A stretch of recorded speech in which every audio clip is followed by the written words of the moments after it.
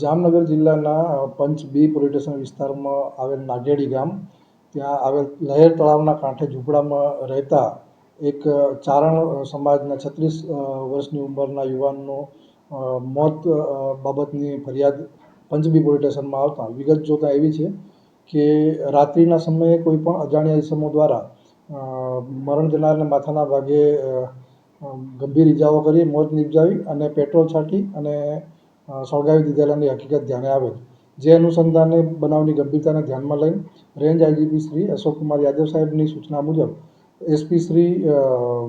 પ્રેમસુખ ડેલુ સાહેબ દ્વારા અલગ અલગ ટીમોની રચના કરવામાં આવેલ, જે ટીમોની રચના દરમિયાન નાપો અધીના સુપરવિઝનની અંદર એલસીબી ટીમ, લોકલ પોલીસ પંચ બીની ટીમ અને અન્ય સર્વેલન્સ સ્ટાફના માણસો દ્વારા અલગ અલગ દિશામાં તપાસ હાથ ધરવામાં આવેલ. તે દરમિયાનમાં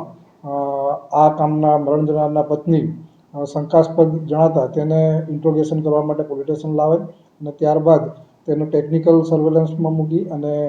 હ્યુમન સોર્સિસથી માહિતી મેળવતા તેના પર શંકા વધારે ગાઢ ગયેલ અને વધુ ઊંડાણપૂર્વક પૂછપરછ કરતાં બેન દ્વારા મર્ડર કર્યાની કબૂલાત કરેલ. મર્ડરની એમો જોતાં એ રીતે છે કે તેઓ દ્વારા આ મરણ જનારની પત્ની જીવણીબેન, જેને છેલ્લા 4-5 વર્ષથી તેમના સગા સંબંધિત હતા સગરાજભાઈ દેવકરણભાઈ સુમાજ સાથે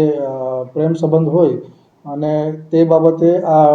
જીવણીબેન તેમની સાથે ટેલિફોન ઉપર અવારનવાર વાત કરતા છેલ્લા 3 દિવસ પહેલાં વાત કરતાં તેના પતિ દ્વારા પકડી પાડવામાં આવેલ અને પતિને જાણ થતાં આ મામલો વધારે સમાજમાં પેચીદો ના બને અને ચારણ સમાજ રૂઢિગત હોય તેને ધ્યાનમાં રાખીને આ લોકોએ આનો કાસળ કાઢી નાખવાની યોજના કરેલ, જે યોજનાના ભાગરૂપે